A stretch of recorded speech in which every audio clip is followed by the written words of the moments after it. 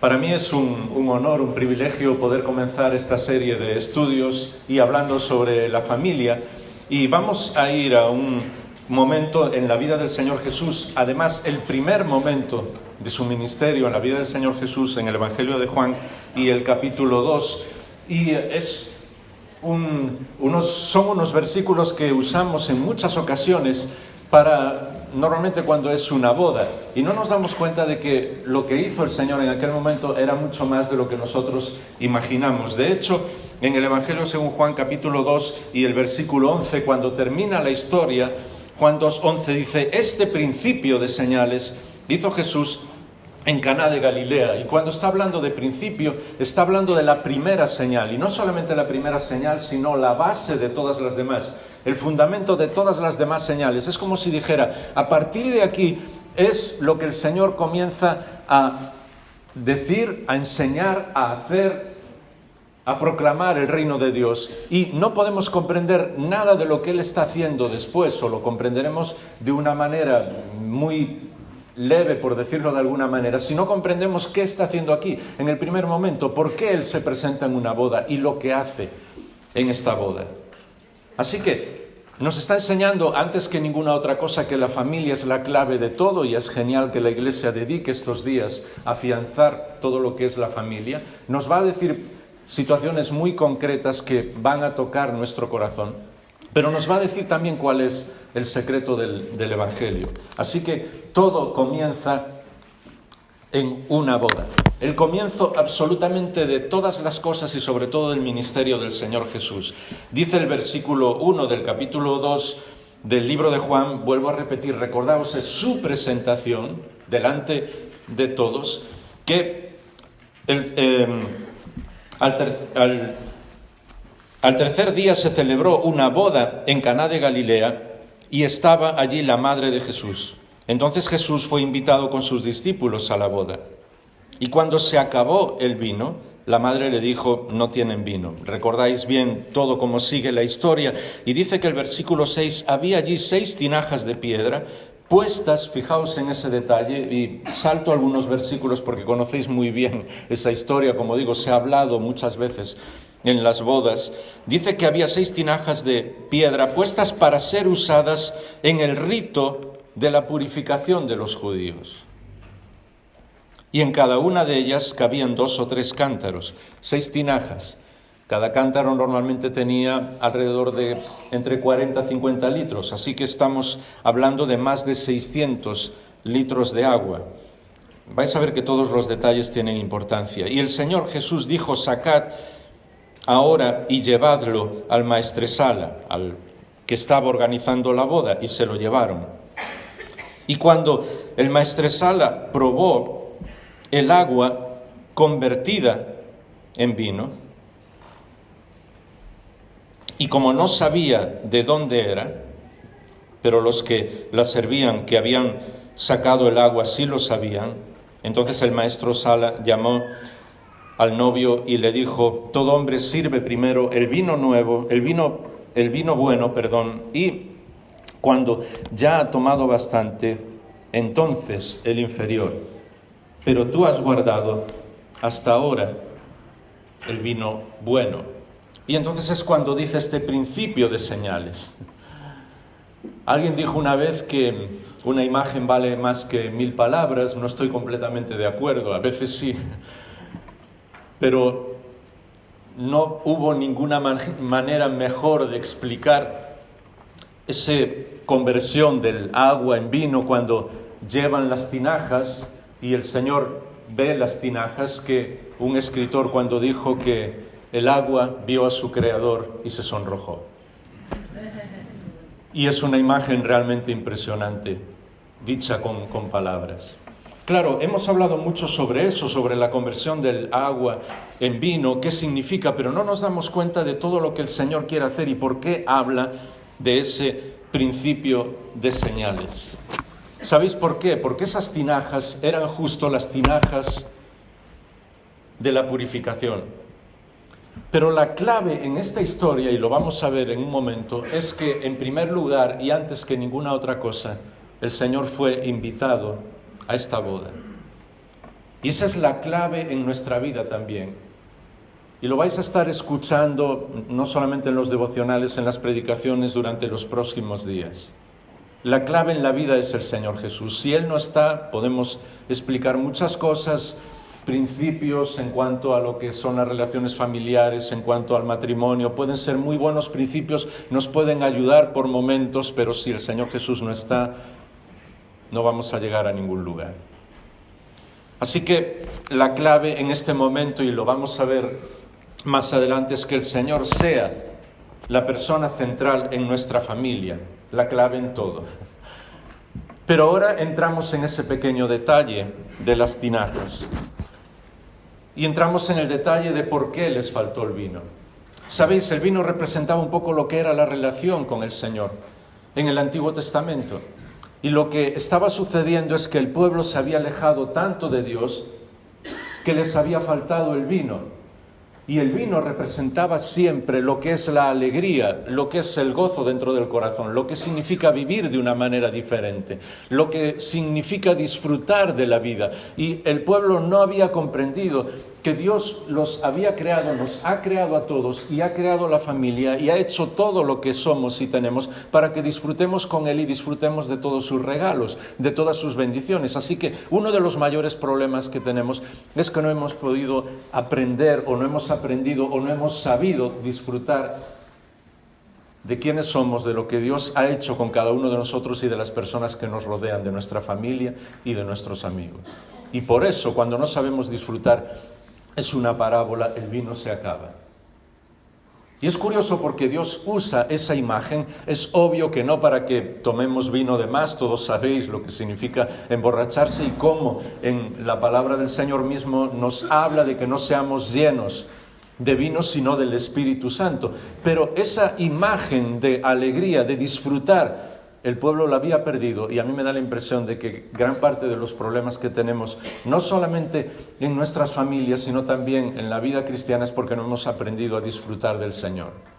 Y por eso el detalle que cuando el Señor hace que el agua se convierta en vino, podría haber hecho de muchas maneras diferentes. Incluso habría podido crear el vino de aquel momento igual como cuando multiplicó los panes y los peces. ¿Recordáis la historia? Él podía haber hecho lo que quisiera, pero ¿sabes lo que hizo? Les dijo, tomad las tinajas de la purificación, es decir, del rito que ellos tenían, el rito religioso, porque el Señor les había dicho, hay una ley en el Antiguo Testamento que tiene que ver no solamente con las cuestiones religiosas, sino con las cuestiones sanitarias, que eran por el bien del pueblo. Y era una ley que nosotros decimos ahora mismo, y decir ley parece casi complicado hablar de esa palabra, pero es de lavarse las manos antes de comer. Es una norma, digamos, una norma sanitaria. Pero ¿qué habían hecho ellos? Como pensaban que la religiosidad era lo más importante, los maestros de la ley, los escribas y fariseos, no solamente se lavaban antes de comer, se lavaban antes de cada plato, y algunos se lavaban 7 veces para que todo el mundo viera que ellos sí cumplían la ley. ¿Os dais cuenta de qué estamos hablando? Y de repente el Señor dice, muy bien, se acabó el vino, se acabó la alegría de la relación con Dios, se acabó el hecho de poder disfrutar con nuestro Creador, con nuestra familia, porque estamos hablando de una boda. Porque la gente está muy pendiente de la religiosidad y las personas piensan, y recordad que estamos viviendo en un país llamado cristiano, que saben muchas cosas de mí, que saben muchas cosas de Dios, y no se dan cuenta que toda esa religiosidad, todo ese querer aparentar, lo que hace es matar la alegría. Así que dijo, tomad las 6 tinajas que tenían para lavarse las manos, para el rito de la purificación, y a partir de ahora todo eso va a ser vino. Y si alguien quiere lavarse, va a tener que lavarse en vino. ¿Os dais cuenta del sentido del humor del Señor? Y viene para traer una alegría desbordante, porque estamos hablando de más de 600 litros de vino, y es obvio que no se lo bebieron, por muchos invitados que fueran, y aunque las bodas duraban varios días. Pero lo que Él está diciendo es que está trayendo una alegría a raudales, un sentido de disfrutar de una manera extraordinaria. Y eso es lo que Dios quiere hacer en mi familia personalmente y en la de cada uno de vosotros. Independientemente de las circunstancias, de las dificultades y de las situaciones, incluso de sufrimiento que alguno puede estar pasando, que las hay, y a veces situaciones muy complicadas. Pero Dios incluso en esas situaciones complicadas lo que quiere es acabar absolutamente con todo lo que suene a religiosidad, con todo lo que suene a aparentar y hacer algo profundamente diferente. Viene a traer el reinado de la alegría y lo que hace es convertir el agua en vino. Así que ahora de principio, y ya entramos en lo familiar, porque creo que ha sido una introducción demasiado larga y espero que me perdonéis, nosotros decidimos qué vamos a defender. ¿Vamos a defender lo que Dios nos dice o queremos defender nuestras ideas? ¿Defendemos nuestras ideas o vamos a amar a Dios? Porque ese fue el principio, fue el primer momento. El Señor marcó, por así decir, el rumbo, como estamos viendo hoy, el rumbo de la barca de su ministerio, diciendo: es algo completamente nuevo. No se trata de nada de religiosidad, se trata de la alegría del Creador, de una transformación por completo de las personas, de que tu vida sea completamente diferente. ¿Vas a vivir así o no? Y ellos dijeron no. Es triste, pero es así.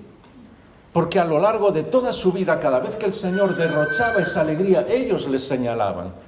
Y estoy hablando de los principales de la religión, los maestros de la ley, los escribas y fariseos. Incluso hubo un momento que dijeron: no, tenemos que matarlo. ¿Sabes por qué? ¿Sabes la razón que dijeron? Porque si no, los romanos van a venir y quitarnos el templo. Todos lo recordáis. Y solo lo digo por encima, porque no quiero ponerme a predicar y olvidar de la familia. Pero les preocupaba más el templo que Dios mismo. Así jamás podemos ser felices en la vida, si nos preocupan más nuestras cosas que Dios mismo. Porque Él es la fuente de la alegría y de la felicidad. Así que las ideas claves que leemos aquí para cada uno de nosotros. Y normalmente cuando hablamos de familia siempre pensamos en el otro. Mi mujer, mis hijos, mis padres, mis hermanos. No, es para uno, para mí. Y el Señor sabe que es en primer lugar para mí en esta mañana. Y esa es la mejor manera de leer esta historia. Las ideas claves para cada persona. Y todos, absolutamente todos, estamos en una familia. Porque si has venido al mundo por una mamá. Así que casi seguro también tu padre, una mamá, un papá, quizás tienes hermanos, quizás ya tienes hijos, todos estamos en una familia. Y ahí vamos con estas claves muy sencillas que se irán desarrollando durante los siguientes días en las siguientes conferencias. Primero, invita a Jesús. Él tiene que estar en tu casa. Y es obvio que le hemos invitado a que estuviera dentro de nuestra vida. Pero es curioso porque a veces nosotros pensamos que nuestra vida personal y nuestra vida religiosa es una y luego la vida en nuestra casa es otra. La vida de los negocios es otra, la vida de la diversión es otra, la vida del dinero es otra. Como que dividimos muchísimas situaciones. No, invita al Señor a tu casa y dile: Señor, esta es tu casa. Aunque vivas solo, sola. Y no lo digas como nosotros incluso decimos a nuestros amigos: esta es tu casa. Entonces tú dices: muy bien, mira, aquí esto no me gusta, vamos a cambiar este cuadro. Y dicen: no. Invítalo y dile: Señor, es tu casa, haz lo que quieras. Porque eso fue como comenzó la boda. Así que búscale en todo momento. Cuando les faltó el vino, ¿qué hicieron? Fueron a buscar al Señor. ¿Hay algo que te está faltando? Sea lo que sea, en cualquier relación, en cualquier situación, búscale. Dile: Señor, mira, tengo un problema y necesito que lo soluciones, porque yo no puedo. Y yo no sé si vosotros podéis resolver algunos de los problemas, a veces difíciles, que tenemos en la familia. Yo me he sentido y me siento incapaz muchas veces. Y día tras día tengo que volver a decir al Señor: Señor, mira, te necesito para esto, ¿sabes? Así que búscale cuando haya una situación difícil. Y no solo eso, ve un paso más allá. Háblale y escúchale siempre. Porque a veces incluso caemos en ese riesgo de solamente hablar con el Señor cuando le necesitamos. Y la clave, no solamente en la familia, sino en la vida personal, es que le hablemos y le escuchemos siempre. En todo momento. Que le digamos lo que hay en nuestro corazón y a veces incluso que nos quejemos, porque en la Biblia hay personas que se quejan cuando no entienden lo que está sucediendo. Dios permite, no solamente permite, ama cualquier respuesta de nosotros. Lo único que Él no puede soportar, y sé que entendéis esta manera de hablar, es que le demos la espalda. Como ningún padre puede soportar que sus hijos le den la espalda. Así que búscale, háblale, escúchale. Es obvio que por medio de la oración, por medio de su espíritu, por medio de la palabra, lo vais a ir viendo en los próximos días. Pero la clave es que Él esté presente siempre. Y cuarto, que muy pocas veces decimos, obedecerle incondicionalmente, pero con todo el entusiasmo. ¿Sabes por qué? Muchas veces los detalles de las historias nos enseñan lo que puede ser trascendental en la vida, porque cuando el Señor le dijo, mira, están ahí las tinajas de la purificación, llenarlas de agua. ¿Y sabes lo que ellos hicieron? Dice que las llenaron hasta el borde, hasta arriba de todo, hasta donde no cabía más. Así que eso es una obediencia, y es una obediencia entusiasta, porque pudieron decir, bueno, pues vamos a echar un poco de agua aquí, o vamos a... No. Le obedecieron literalmente, las llenaron hasta el borde. En primer lugar, eso nos enseña que no hubo ninguna posibilidad de falsificación. Era agua y después era vino hasta el borde. Pero también ese entusiasmo de que cuando el Señor nos dice algo, nosotros decimos, pues sí. Y si el Señor te dice hacer una cosa, tú dices, pues yo lo voy a hacer hasta el borde. Es decir, hasta lo máximo que pueda hacer. Porque hay dos maneras de obedecer. Una es hacerlo sencillamente porque es nuestro deber. Cuando alguien nos dice algo y dice, sí, lo voy a hacer. Solo ver tu cara ya asusta. O decir, pues sí, lo voy a hacer. Y entusiasmarte en lo que vas a hacer. Eso es una clave para la vida y para la vida en la familia. Y entonces terminamos con esas 6 tinajas. Muy simple, muy sencillo. Y si me permitís quizás solo un minuto para definir cada una de ellas. Y esto sí es poético, ¿vale? No son 6 razones o 6 cuestiones que nos ayudan en la vida de familia sencillamente por ese número. Es sencillamente porque eran 6 tinajas y eso nos ayuda a recordar. Puede que haya muchas más y vais a ver muchas más. Pero primero hablamos de la trascendencia de la comunicación. Sea quien sea la otra persona de la familia, necesitamos aprender a decir las cosas, a decirlas con amor y también a saber escuchar. Son 3 pasos muy sencillos. Vais a tener un tema sobre comunicación, pero lo vais a recordar, porque muchas veces sí decimos las cosas, pero las decimos como no debemos decirlas. Y más hoy en las redes sociales donde no puedes ver el rostro de la otra persona. Eso es muy peligroso. Una misma frase puede significar cosas muy diferentes. Decirle a alguien que quieres no seas tonto puede tener un significado muy diferente según el tono y según tu mirada y según tu sonrisa, ¿me entendéis? Así que necesitamos aprender a decir las cosas con amor y sobre todo necesitamos aprender a escuchar. Demasiadas veces pensamos que comunicarnos es hablar, explicarle a la otra persona y no nos damos cuenta que muchas veces hay que cerrar la boca, escuchar lo que la otra persona está sintiendo y lo que está pasando.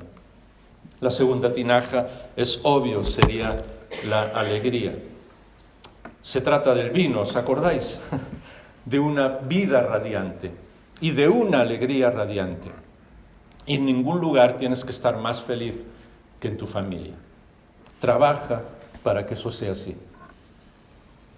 Para que cada vez que alguien de la familia entra en casa, deja todo lo que sea para salir a abrazar a esa persona. Que llega, sea el padre, hijo, la madre, hermano, quien sea, para que se dé cuenta que llegar a casa es llegar a un lugar donde a uno le quieren. Y así podríamos hablar de muchos detalles que hacen que aprendamos a derrochar la alegría que Dios nos dio a cada uno de nosotros. No pienses que la familia puede ser aburrida, porque no es cierto. Conforme empiezas a escuchar, una de mis mayores diversiones, y todos mis amigos lo saben, es escuchar a mis hijas. Es imposible para mí estar triste con todas las cosas que ellas me cuentan y me dicen, incluso cuando ellas están tristes. Porque, como dice muy bien el refrán, cuando uno está triste y lo comparte, esa tristeza disminuye. Pero cuando uno está alegre y lo comparte, la alegría se multiplica. Así que es importante que nuestro hogar sea un hogar alegre a pesar de las dificultades. Hay una tercera tinaja que tiene que ver con el cariño, es decir, con las pequeñas cosas de la vida, con los pequeños abrazos, con los pequeños detalles. Vivimos en una sociedad en la que las personas han dejado de ser importantes.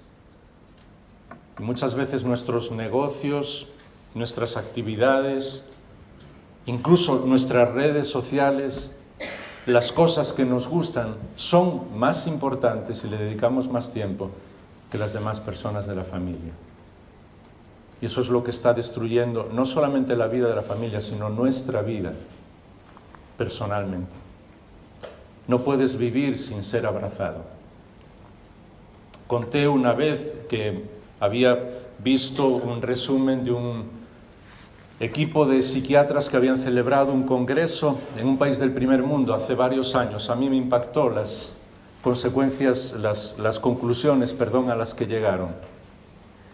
Eran algunos de los psiquiatras más conocidos en todo el mundo, y después de un congreso de 3 días estudiando diferentes situaciones y sobre todo las situaciones que ellos vivían día a día, llegaron a la conclusión de que más del 80% de las personas que iban a una consulta psiquiátrica, más del 80%, y eran ellos mismos que los decían porque habían visto esa experiencia en el día a día, no tendrían que haber ido si hubiera alguien que les escuchara y que les abrazara.